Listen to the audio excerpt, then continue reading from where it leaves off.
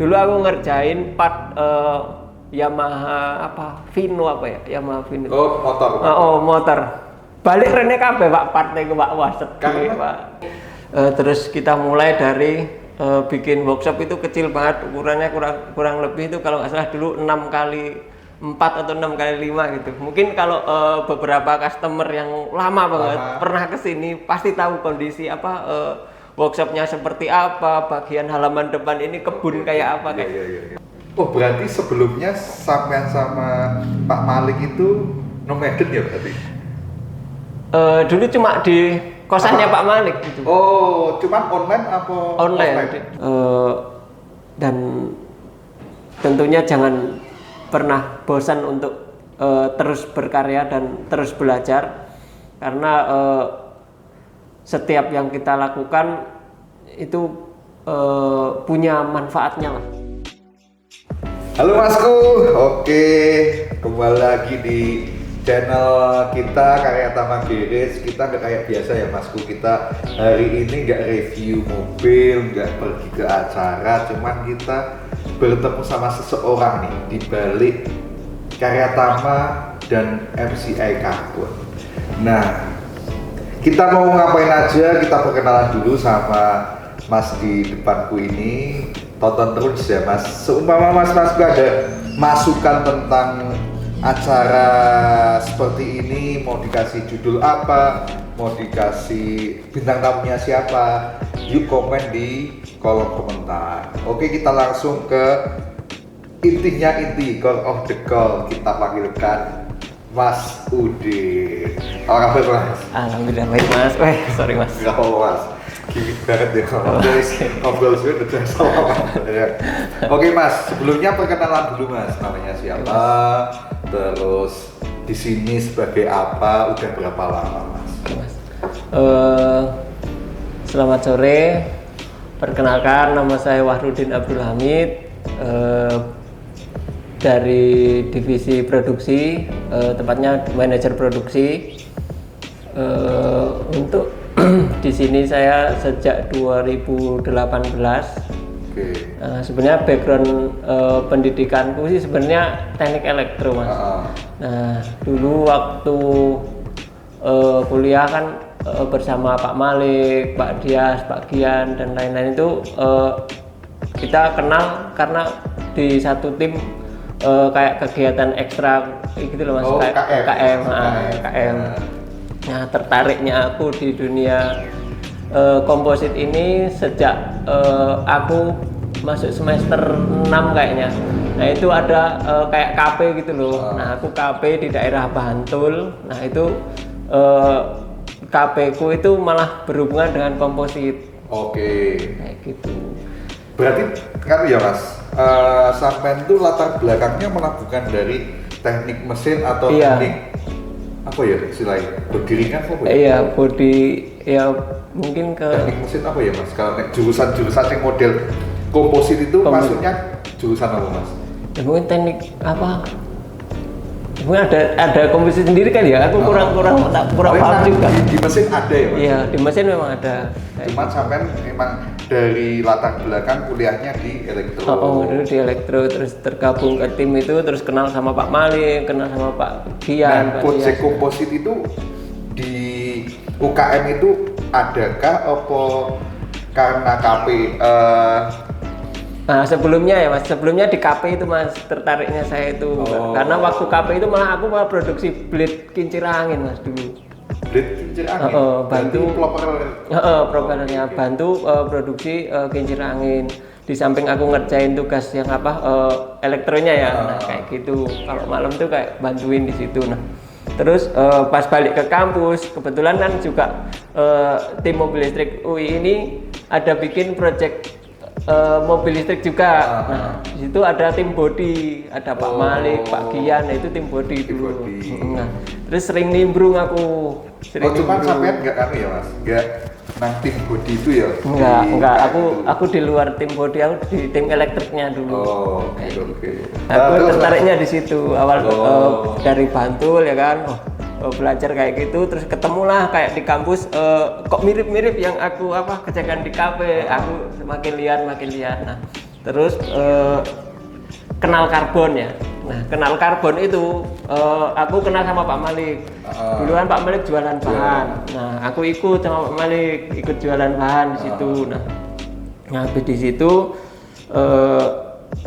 tahu material karbon kayak gini, dibikin di spare part otomotif kayak gini. ya. Oh, ternyata luas banget ya bidangnya, nggak cuma nggak cuma yang sebatas di body doang gitu loh. Ternyata kan macam-macam pas kita terjun bener-bener sampai sekarang kan bidangnya sangat luas ya. Kayak gitu.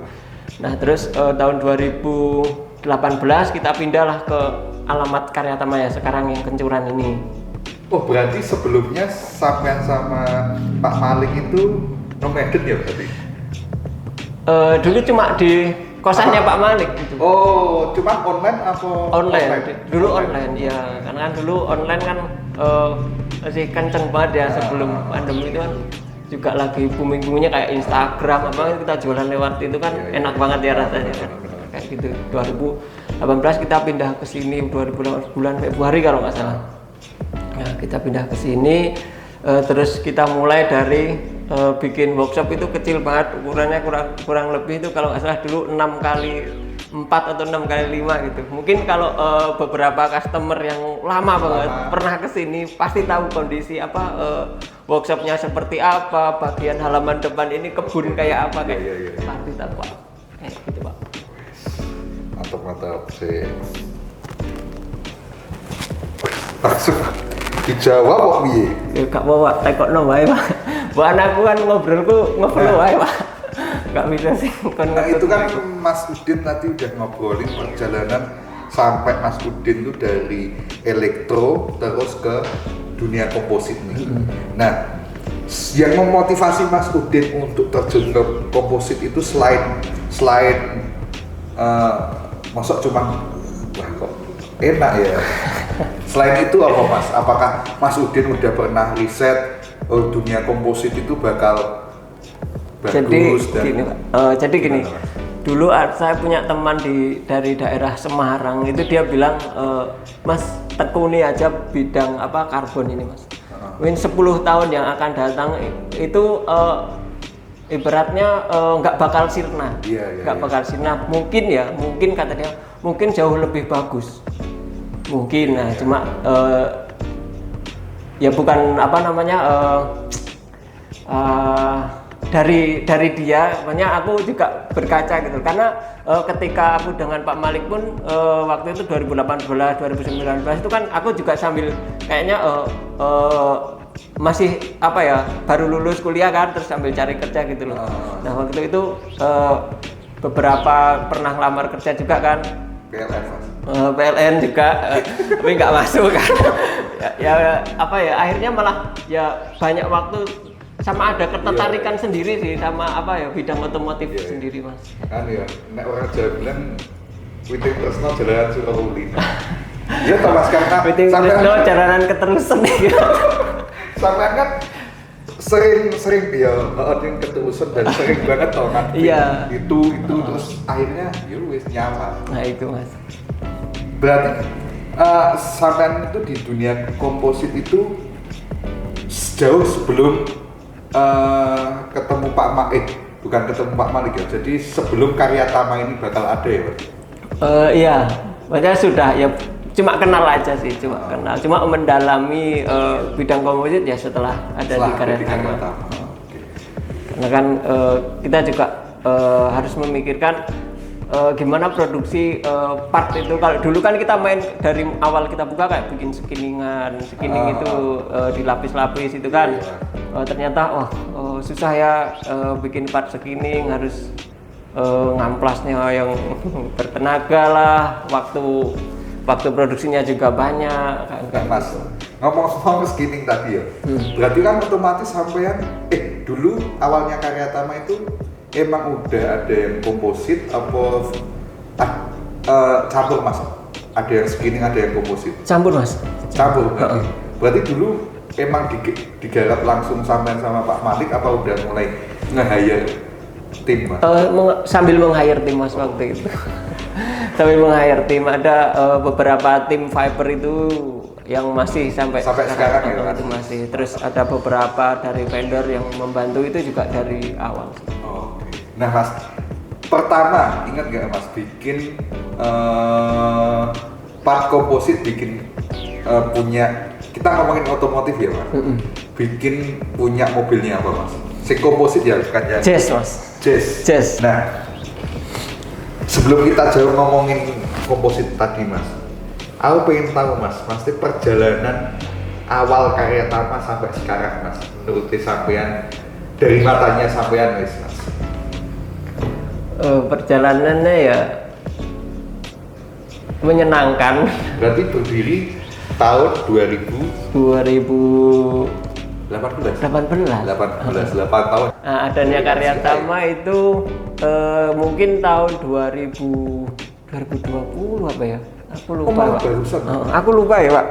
Yang itu yang jelas 2018 sama Pak Malik itu udah mulai merintis karya Tama ya, walaupun karya Tama ini belum. Mungkin bisa dikatakan seperti itu Pak. Jadi pas awal-awal banget itu kan kita mainnya skining. Aku ingat banget itu Pak. Dulu aku ngerjain part Yamaha Vino Yamaha Vino. Oh, motor. Motor. Balik rene kabeh Pak partnya ku Pak. Wah, sedih Pak. Elek.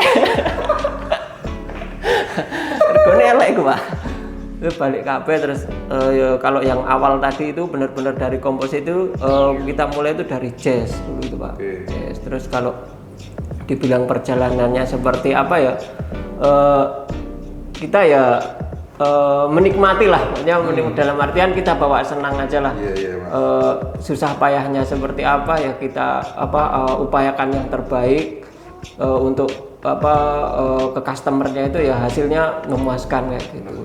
Terlebih kan juga selain aku yang di lapangan, ada Pak Malik yang ibaratnya waktu dulu kan ke QC-nya lah paling enggak. Sebelum aku kirim itu kan Pak Malik pasti ngasih masukan kayak Pak Udin ini kurang, kayaknya kurang di pinggirannya dempul lagi, sampai jadi produk yang benar-benar detail lah kayak yang sekarang ini kan. Itu sangat ya dinikmati aja sih Mas prosesnya. Benar sih Mas. Itu yang membedakan ya sama kompetitor ya Mas, yang lainnya gitu ya. Kalau sampai saat ini tuh. Iya, karena kita memang kalau dari kompetitor mungkin produk kita itu ya mungkin di prosesnya kita memang benar-benar memperhatikan detail sampai kita harus menurunkan tim QC juga, kan itu salah satu untuk menjaga produk kita supaya keluar dari karya Tama ya paling ya udah maksimalnya karya Tama lah kayak udah kita usahakan semaksimal mungkin. Nah mungkin itu tadi. Nah sebelum masuk ke pertanyaan selanjutnya, karya Tama itu kok bisa ketemu nama karya Tama itu dari mana Mas? Itu juga mungkin aku juga nggak tahu itu dari mana, entah dari bercandaan terus muncul kata karya Tama, karya tangan mahasiswa, karya tangan Malik kan macam-macam itu plesetannya Pak. Cuma itu mungkin dulu lebih ke yang karya tangan mahasiswa karena waktu itu Pak Malik belum wisuda, masih mahasiswa. Aku udah wisuda akhir 2017. Pokoknya sebelum pindah ke sini aku udah wisuda. Dilarang ngepas banget kayak gitu. Jadi kita ada bercanda mungkin ngobrol-ngobrol sama teman-teman juga yang dulu ada di workshop sini, muncullah karya Tama kayak gitu. Nah, mas-masku di rumah nih banyak yang tahu karya Tama tuh bikin part otomotif Mas. Iya. Nah sebenarnya itu karya Tama kan itu lingkup besarnya ya Mas. Iya. Kalau otomotif kan kita kenal MCI Carbon. Nah iya. karya Tama itu sendiri itu sebenarnya selain bikin part otomotif bikin apa aja Mas? Selain part otomotif itu kita juga bikin lebih kayak custom sih Mas sebenarnya. Oh custom, contohnya Mas? Contohnya yang kayak pernah dibikin sama kita? Contohnya ini ya, body drone yang punyanya Frogs itu kita bantu bikin juga dulu. Terus yang helm itu ada dari vendor dari Bandung kalau nggak salah dulu juga kita bikin. Terus body body mobil kompetisi mahasiswa itu. Oh ada, ya kayak kemarin itu. Ada untuk KMHE, untuk yang Shell Eco, itu kita juga bisa. Oke. Jadi mungkin sambil pengembangan produk aja sih Mas, kita menerima sambil misal ada tantangan dari entah itu dari mahasiswa atau dari bidang bisnis lain yang ngasih tantangan, Mas bisa nggak kita bikinkan kayak gini, metodenya seperti apa, nah itu nanti ada diskusi lagi biasanya kayak gitu. Berarti lebih karya Tama itu bahasa kerennya B2B ya Mas? Iya, MCI B2C ya? Oke, menarik sekali. Di ini kan juga beberapa orang nggak ada yang tahu, belum banyak yang tahu tentang teknologi komposit itu Mas. Nah sebenarnya komposit itu apa lagi prosesnya ada berapa ya Mas? Komposit itu dari awal sampai akhir. Kalau komposit, kalau metode produksinya mungkin banyak ya Mas ya. Cuma di Karya Tama ini kita ada yang model hand layup biasa. Oke. Yang fiber ditaruh di mold terus dicocol resin. Oh kayak segini ya?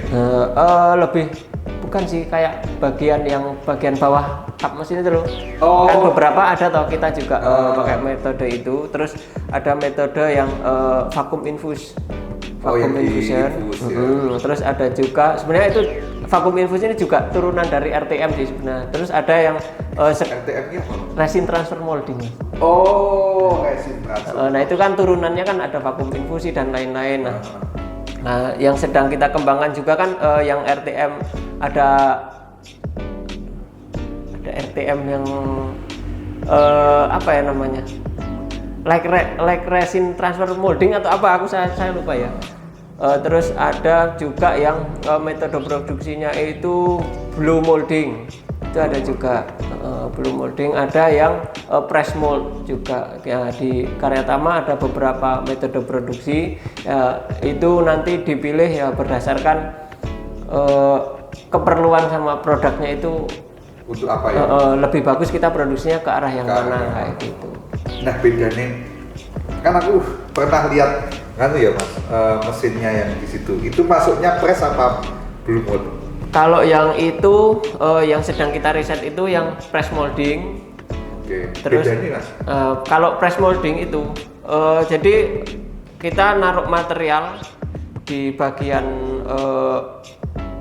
cavity moldingnya.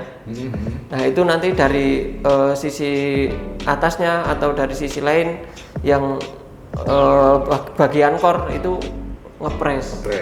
Jadi sama-sama pakai pemanas ya? Sama-sama pemanas, karena itu kemarin yang kita riset kan pakai pre-preg kayak gitu. Oh dry beneran? Yang dry beneran dry. Oke nanti kita singgung dry-dryan. Itu juga bagian dari R&D sih Mas.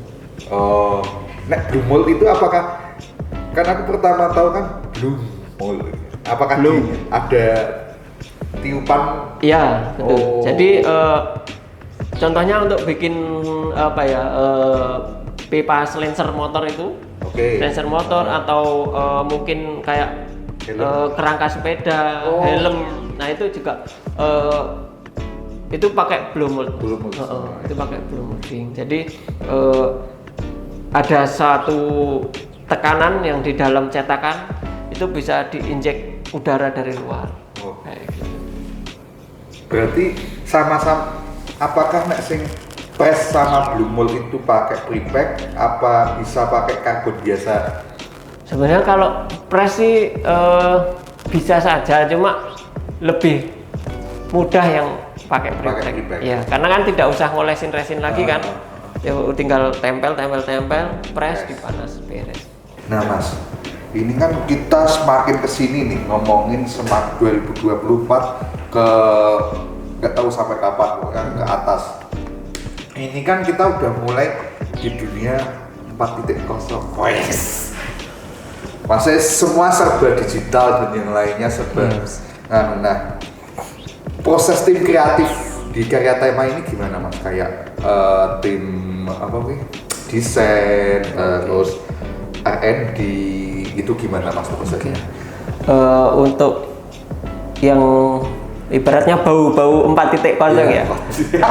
Jadi di Karyatama ini kan kita juga tim R&D dan engineering itu kan juga sudah disupport dengan teknologi yang macam-macam ya, kayak teknologi untuk desain kan ada software desain, terus untuk hardwarenya kita juga ada 3D scan. Nah itu kan juga mempermudah bagi customer yang ingin apa ya memodif mobil ya sesuai dengan kemauan customer itu seperti apa. Nah cuma memang di situ kendalanya kan waktu ya, karena mungkin dari customer juga pengennya seperti apa yang diinginkan, misal bumper harus lancip segini kayak gitu kan, itu tinggal kendala di waktu aja sih ketika proses desain. Nah, kalau untuk proses scan-nya ya kita memang memerlukan unitnya. Misal kita mau, misal Pak customer punya BMW, kita mau bikin lips yang model Jepang atau model Amerika, kita kan bisa saja menggambarnya, kita bisa menggambar. Cuma kita butuh data dulu. Oh kayak lebarnya. Iya.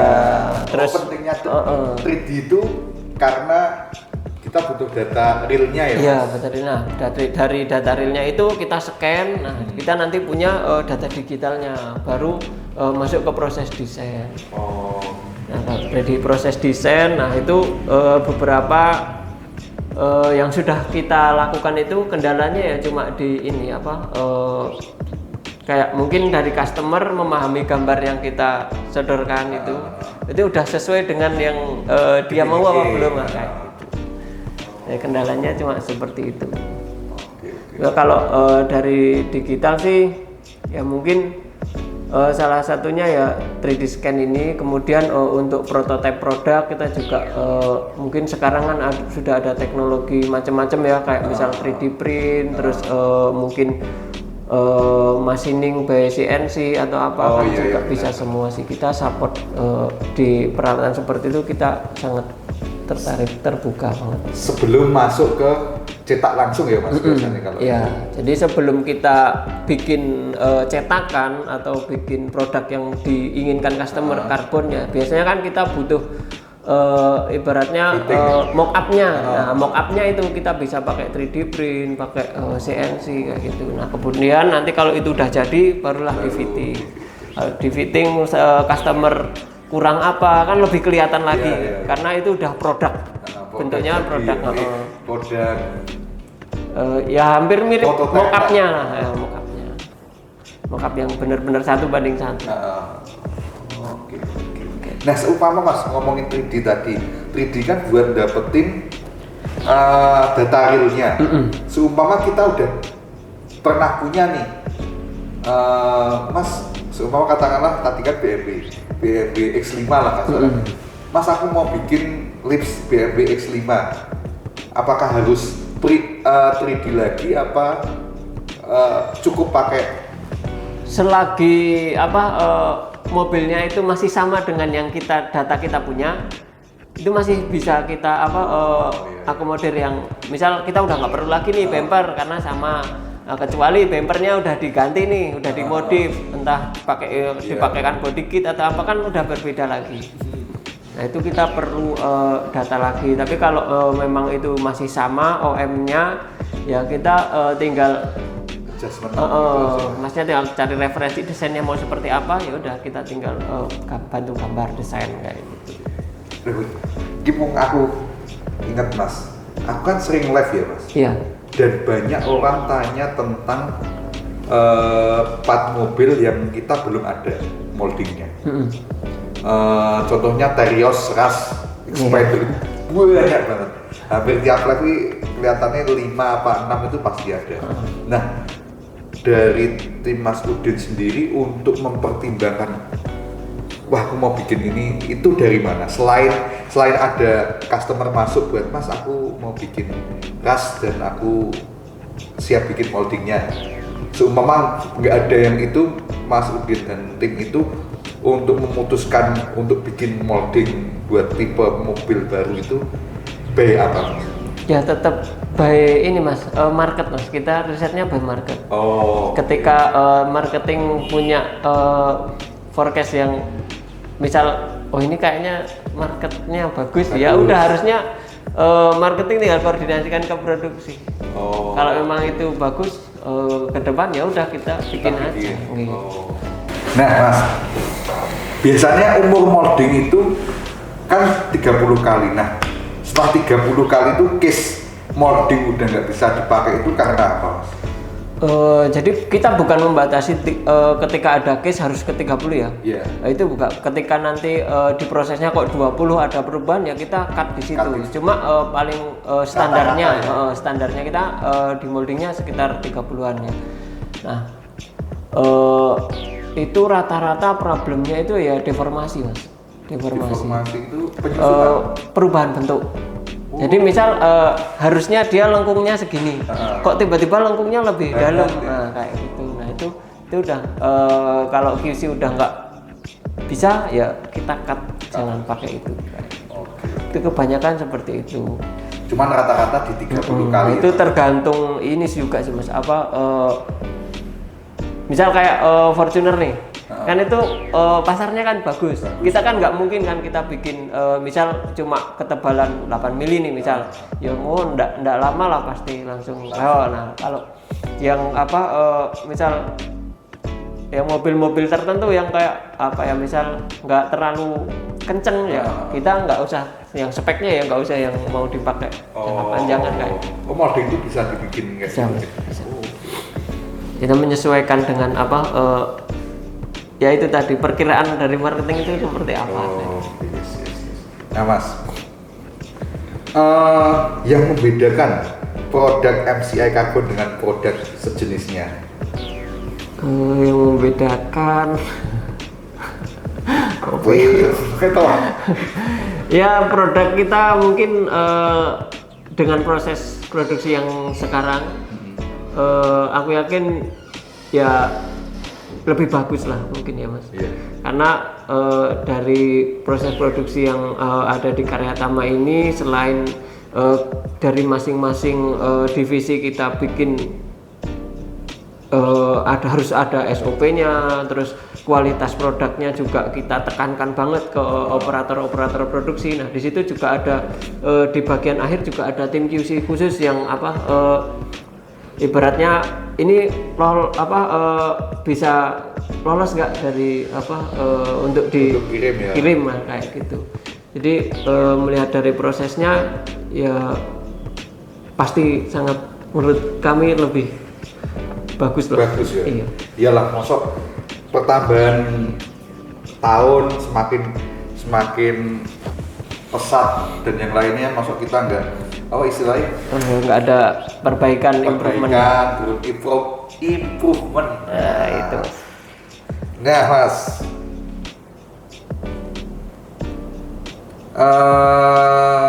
gimana Mas Udin melihat peran inovasi dan riset dalam pertumbuhan pabrik ke depannya mas? Pabrik kita ya, ya sangat penting mas. R&D ya berarti ya. Riset inovasi itu sangat penting karena perubahan teknologi atau mungkin khususnya di bagian komposit ya, itu kan sangat sangat cepat lah, bisa dikatakan sangat cepat. Jadi mungkin hari ini kita PO misal 10 hari sampai 2 minggu. Nah, mungkin dengan adanya inovasi terus adanya riset-riset ini yang mungkin bisa dipercepat lagi. Cuma mungkin belum ketemu saja jalannya. Sambil kita riset ini kan mencari terobosan produksinya itu harus seperti apa supaya nanti lebih mudah. Kayak gitu. Paling enggak kan operator pekerjaannya sudah lebih ringan ya. Produksinya lebih bagus, lebih produktif lagi kayak gitu. Jadi tim R&D-nya ini ya benar-benar support juga untuk proses produksi di Karyatama. Bukan hanya menciptakan, harus berinovasi yang baru, itu harus. Tapi di lain sisi punya fungsi yang nggak kalah penting untuk mengefisiensikan produksi. Good. Cuman inovasi terus ya Mas. Benar. Bagus. Nah Mas, harapan ke depan dari Mas Udin pribadi untuk Karya Tama, MCI Karbon dan tim. Harapan saya untuk Karya Tama dan tim ya tetap kompak dan tentunya jangan pernah bosan untuk terus berkarya dan terus belajar, karena setiap yang kita lakukan itu punya manfaatnya lah, setiap yang kita punya manfaatnya. Jadi jangan lelah untuk terus berkarya, berinovasi kayak gitu Mas. Oke, mantap sekali. Oke Mas Udin, terima kasih sudah mau ngobrol di podcast kali ini. Gak tahu, kita belum punya namanya, udah mau ngobrol ke sini, udah sharing-sharing tentang Karya Tama, MCI Karbon, komposit dan yang lainnya. Mungkin cukup Mas Udin, terima kasih udah datang ke sini. Buat mas-masku di rumah buat mas-masku di rumah pengen kita bahas apa lagi, boleh tulis di kolom komentar. Terus pengen didatengin siapa lagi, boleh tulis juga di kolom komentar. Yang pastinya jangan lupa share, like, dan subscribe channel ini ya, biar kita bisa tambah berkembang dan ngasih edukasi ke teman-teman semua di rumah. Oke, saya pamit, Mas Udin pamit. Sampai ketemu di video selanjutnya. Dadah.